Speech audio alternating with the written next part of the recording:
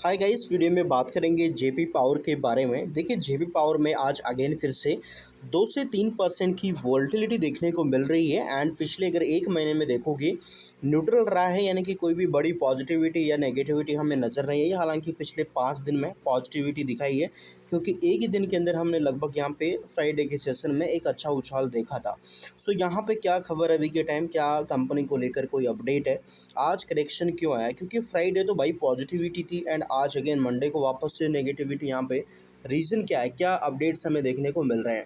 So guys, हम इस video में यहाँ पे देखने वाले हैं। देन इम्पोर्टेंट कि ये जो वीडियो है टोटली एजुकेशन पर्पज़ के लिए है। इसमें किसी भी तरह का प्रॉफिट या लॉस का मतलब प्रॉफिट लॉस का बात नहीं करेंगे या किसी सेल बाई को लेकर रिकमेंडेशन नहीं है। सो प्लीज़ अपनी रिसर्च करना मिस ना करेगा इस, क्योंकि शेयर बाज़ार में इन्वेस्टमेंट जोखिम से भरा हुआ है। सबसे पहले आपको बता दूं मैं कि बाज़ार की स्थिति आज कैसी रही है। आपको पता है कि जो निफ्टी है, निफ्टी एंड बीएसई जो सेंसेक्स है, वो आज बड़ी वॉलेटिलिटी में देखने को मिला है, यानी कि उनमें जो करेक्शन है वो हमें नज़र आया है। करेक्शन क्यों देखने को मिला? क्योंकि ट्रंप ने अगेन फिर से जो ईरान है उसको धमकी दी है कि अगर तुम जल्दी कुछ सॉल्यूशन नहीं निकालते तो तुम्हारा भी बहुत कुछ ख़त्म यहाँ पे हो जाएगा, ऐसा ट्रंप का कहना है ईरान को। देन इसके साथ हमने क्या क्या देखा? इसके साथ हमने देखा कि हमारा जो रुपया है वो यहाँ पे गिरता हुआ दिखा डॉलर के मुकाबले, यानी कि जो पहले यहाँ पे लगभग 21 पैसे के आसपास रुपया कमज़ोर हुआ। इसके बाद हमने देखा कि जो यहाँ पे क्रूड ऑयल है, पेट्रोल डीजल है, उसके प्राइस भी बढ़ते हुए दिखे लगभग 2% के आसपास, यानी कि $110 प्रति बैरल को पार करते हुए अगेन फिर से जो हमें देखने को मिल रहा है क्रूड ऑयल का प्राइस। तो ये सारी चीज़ें हमें नजर आई।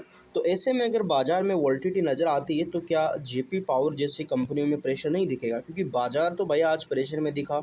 देन हालांकि हमने फ्राइडे को देखा था कि अदानी ग्रुप यहाँ पे क्या कर सकता है, प्रोमोटर्स होल्डिंग एक्वायर कर सकता है आगे चल के।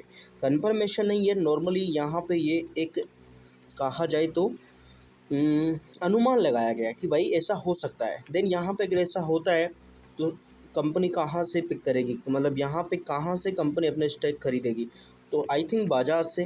देन अगर बाज़ार वगैरह से कंपनी ऐसा कुछ करती है तो यहाँ पे वैल्यूएशन पर फोकस आ सकता है। सो ये सारी चीज़ें हैं। फिलहाल बस बाज़ार को थोड़ा समझिए। बाज़ार की जो कंडीशन है, जब से ट्रंप आया तब से हमें उल्टी गिनती स्टार्ट होती हुई दिखती है।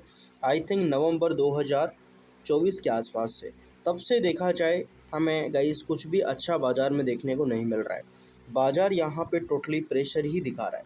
पहले ट्रम्प भाई टेरिफ टेरिफ खेल रहा था, अब जैसे ही टेरिफ टेरिफ बंद हुआ तो ट्रम्प भाई ये ईरान और ये युद्ध वगैरह के बारे में चीज़ें कर रहा है। तो ये चीज़ें हमें नज़र आ रही है गाइस। फिलहाल यहाँ पे ट्रम्प का पूरा कार्यकाल अगर कहा जाए, अमेरिकन जो गवर्नमेंट है उसका कार्यकाल होता है 4 साल का। देन ट्रम्प का कहा जाए तो लगभग 1 से 1.5 साल का कार्यकाल तो निकल चुका है एंड यहाँ पे 2-2.5 साल का और रहेगा। तो भाई ट्रंप जो है यहाँ पे हाईलाइट में रहना पसंद करता है।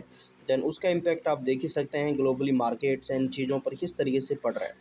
तो ये टेरिफ की प्रॉब्लम बाज़ार झेल रहा था, अब यहाँ पे ये युद्ध वगैरह की प्रॉब्लम से बाज़ार झेल रहा है। सो यहाँ पे चीज़ों को समझिए क्या अभी के टाइम चल रहा है। हालांकि हमने जेपी पावर के रिजल्ट्स वगैरह देखे हैं, कंपनी ने कोई भी अच्छा परफॉर्म रिजल्ट में नहीं किया है एंड इसकी वजह से जो पी रेशो है वो भी यहाँ पे 28 से 29 के बीच चल रहा है एंड 13,000 करोड़ के आसपास कंपनी का जो बाजार पूंजीकरण है वो नज़र आ रहा है। एंड इसमें आप देख सकते हैं इस बार जो कंपनी की सेल्स है ठीक रही है, बट लास्ट ईयर क्वार्टर से कुछ ज़्यादा नहीं है। मार्च में 1341 थी, यहाँ पे 1386 है, हल्की सी यहाँ पे बढ़ी है। बट यहाँ पे चलो रेवेन्यू तो बराबर दिखा, बट गलती कहाँ पे हुई है, नेगेटिविटी कहाँ पे दिखी है? नेगेटिविटी दिखी है कंपनी के प्रॉफिट्स पे, ओपीएम पे। तो यहाँ पे आप देख लो 9% मात्र के ओपीएम दिखे हैं, जबकि ये पिछले क्वार्टर भी गिरे थे 15% के, यानी कि जो लास्ट ईयर ओपीएम 29% के थे वो इस क्वार्टर में लगभग 9% के हो गए। तो 20% तक के जो ओपीएम है वो गिरते हुए दिखे हैं एक ही मतलब लास्ट ईयर क्वार्टर से इस क्वार्टर में। तो प्रॉफिट भी ऑब्वियसली यहाँ पे थोड़ा बहुत ऊपर नीचे हो सकता है। देन हुआ है, देन देख सकते हैं 156 करोड़ से प्रॉफिट घट के लगभग 13 करोड़ के आसपास दिखा। बट इसमें अगर अपन देखेंगे इस कंपनी की बैलेंस शीट को थोड़ा समझने की कोशिश करें, क्योंकि 25 और 26 एक साल के बीच हमें ये पता चलता है कि कंपनी का कर्जा बढ़ा या घटा, कंपनी का और क्या क्या चीज़ों में चीज़ें रही है जिसमें एसेट्स लाइबिलिटीज़ और भी सारी चीज़ें।